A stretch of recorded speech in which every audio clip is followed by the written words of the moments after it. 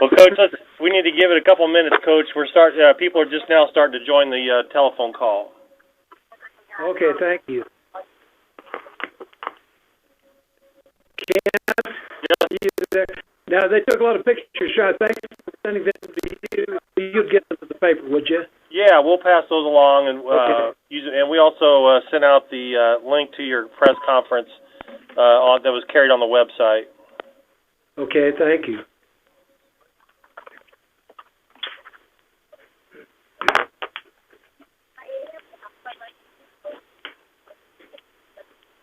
Hey, Kent. Yes, sir. You think you can get Lou to say something different on our side? Now, that would be against Coach's way. He's done that his whole life. He's been consistent. I could almost give you Coach's pregame press conference statement that he used back in 1988. I think he used it again in 2006 or whenever he was coaching in New Mexico State again. Yeah, it doesn't matter what we ask him today. He'll say what he wants to. Are you still there, Lou? I'm still here. I'm listening. We're having a lot of fun at your expense. Hey, Lauren? Yeah. Lauren. Yeah.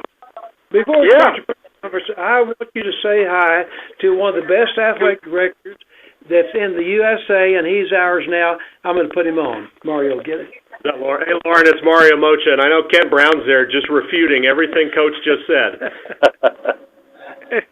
Hey, you mean you left SIU to go to New Mexico? Is that right?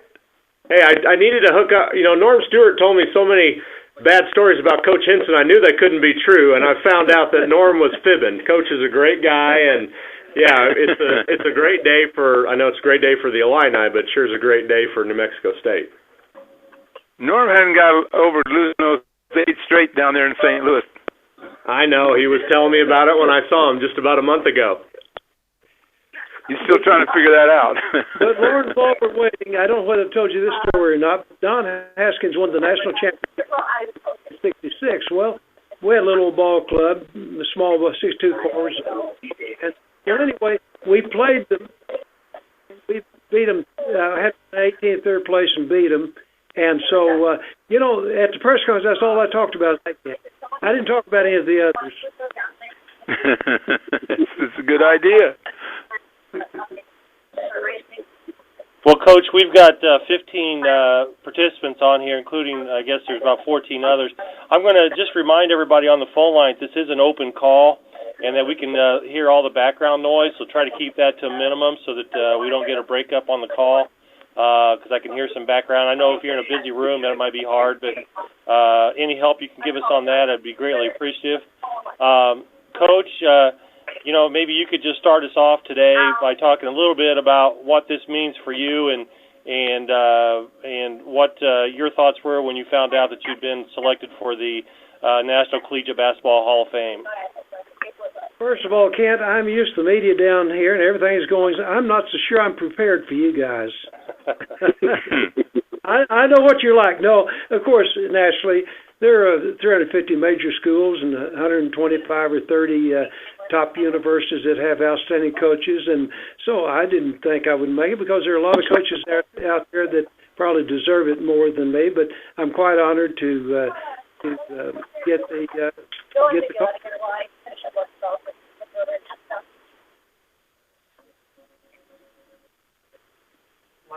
Coach, are you still there? I'm still here. Okay. So we'll go ahead and open it up for questions from our media that are on the line. Just please identify yourself as you ask your question. Lauren Tate, you get the first question. Okay, well, I guess, Lou, I'd just like to ask you, just speaking of your entire career, just mention some of your high points and maybe some of the low points of a long career. I would rather talk about the low points. Okay, talk about the high. Of course, there are a lot of them, and I think the main thing, I think we did okay the first 2 or 3 years, but then when we started recruiting players out of the state, we had a lot of high points at that time. When I went in, Lauren, I've told you this story before, we knew that we had a lot of great talent in Illinois. And the 4 coaches, I said, look, we're not going to win for a while, but we're going to try to build relations in the state. So our goal was to go into over 400 high schools the first year, and we did that and even more. And that we had a good relationship, and that's how we started getting good players. And as everybody knows, the Final Four team, all of them were from the state of Illinois.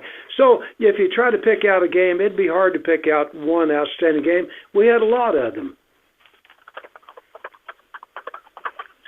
Lou, this is Mark Tupper.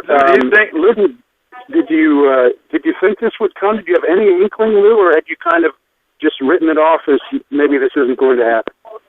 I had no idea, and I still think we made a mistake. There are a lot of people out there that deserve it more than me, more than I should say.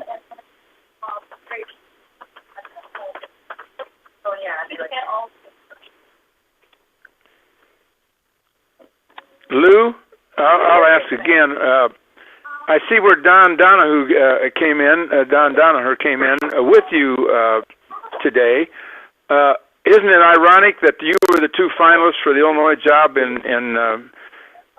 when you came here in 1975? Isn't that correct? That is correct. Of course, Don is a tremendous coach. We played against his teams. They were always prepared, and I think he certainly deserves the honor. Do you recall anything about that week when you came in and Don came in? I imagine that Cecil Coleman was doing the interviews. Were you first? You were second, or was the job offered to you before it was Don?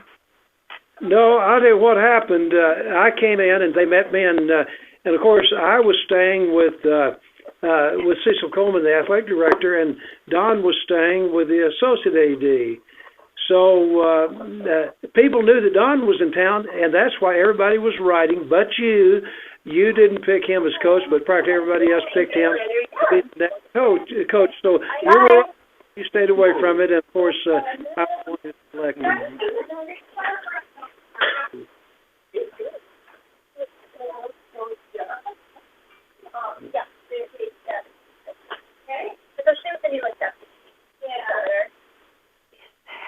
When are you back in Champaign again? Well, we're coming back for the Final Four and be there for a while, and then we're coming back for 2 weeks. In April, we'll come back and stay until October. So we'll be up there for about 6 months.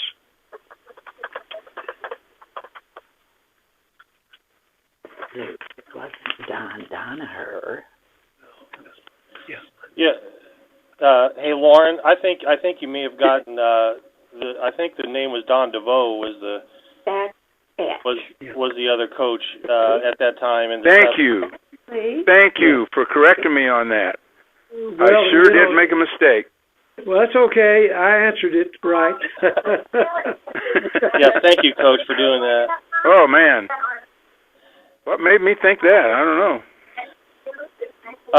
Coach, maybe you could talk a little bit about some of the emotions of that you've had over your, this finding out what it was like to go into the Hall of Fame. I mean, it's obviously a great honor, and some of the great coaches to be recognized with them, and what it feels like to be in with such a great number of men and women. Well, Kent, there's no question about it. I'm in with some tremendous coaches. I know of them, and they have great records, and they've done a great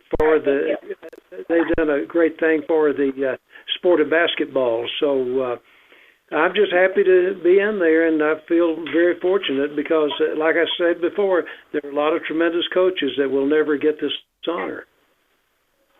And could you repeat your answer about when you're coming back? There was some breaking up of the phone call, so maybe you could repeat about when you're expected to come back to Champaign. Okay.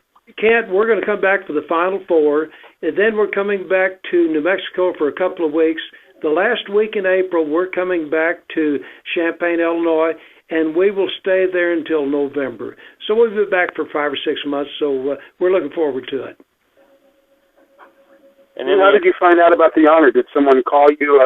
How did you learn about it? Well, it really surprised me. Jim Haney called me one day, and I didn't get the message till late. And then the next day, I called him, and I've known Jim ever since he was a basketball coach in Oregon, and he's done a great job as president of the basketball coaches, and so he is calling me. I had no idea what he wanted. I thought he was going to talk about maybe the Final Four and maybe speaking or something there, and I was shocked when he said, "You've been selected." Lou, who actually voted on this? Was this a committee or coaches or what? I have no idea. I just don't know that, Lauren. I'm sure that Jim Haney had a lot to do with it because he is the top guy, but the committee made that decision.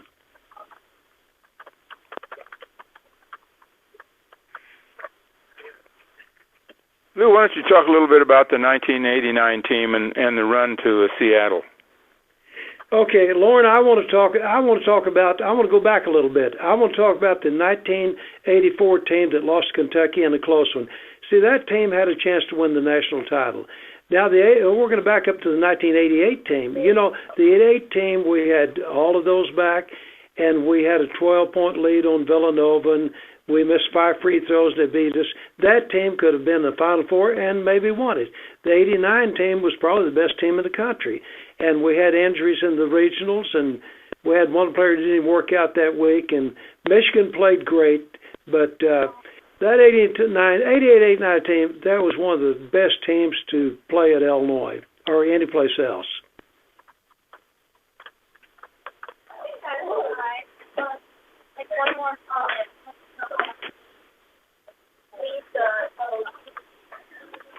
Lou, have you heard from Jimmy Collins, Dick Nagy, Mark Coombs?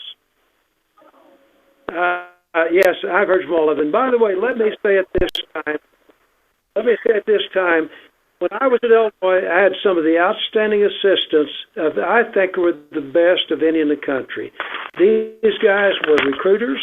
They had good personality. They were public speakers, well-respected, and I was just glad to have some of the best coaches. I started out with Les Whitkey, of course. He was with Tony Yates, the great player at Cincinnati. So we started out together, and Mark Coombs and John Giannini was my grad assistant. He got the Ph.D. He's gone on to win on the college division, and he's coaching at LaSalle now. So we've had a lot of great coaches. You don't win without super coaches, and yeah, all of them call me. Lou, how many basketball games do you think you see in the course of a year on TV and in person? Well, let's put it like this. Yesterday there were 4 Big Ten games. I saw all of them. So I have the package for everything. I can pick up any game, any conference in the country. So I see games all the time. That's what I usually watch the news and games. I don't see much of anything else while Mary's doing her shows, watching games. By the way, she watches games too, but mostly certain games.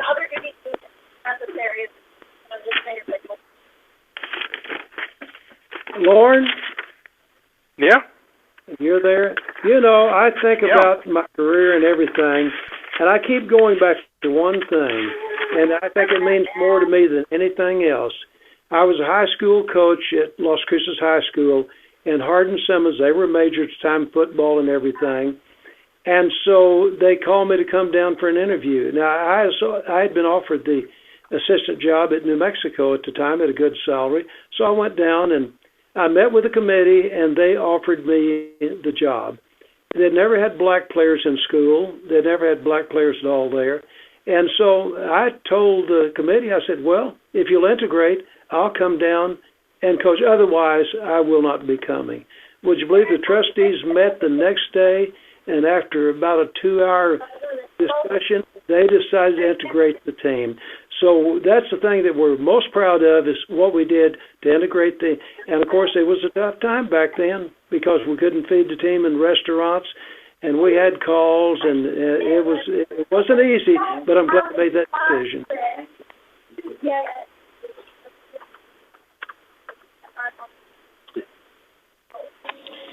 Do we have any other questions from our media? Well, Coach, congratulations. I know we're all very happy for you and very proud of this honor and recognition, and we can't wait to see you when you get back up here in a few weeks. Make sure you bring some spring weather with you. and we'll look forward to the induction in November in Kansas City. Thank you, Kent. Thanks for all your help. And by the way, I look forward to you buying lunch when I get up there. It's a done deal. Thank you. All right. Congratulations, Lou. Thanks, everybody. Congratulations. Okay.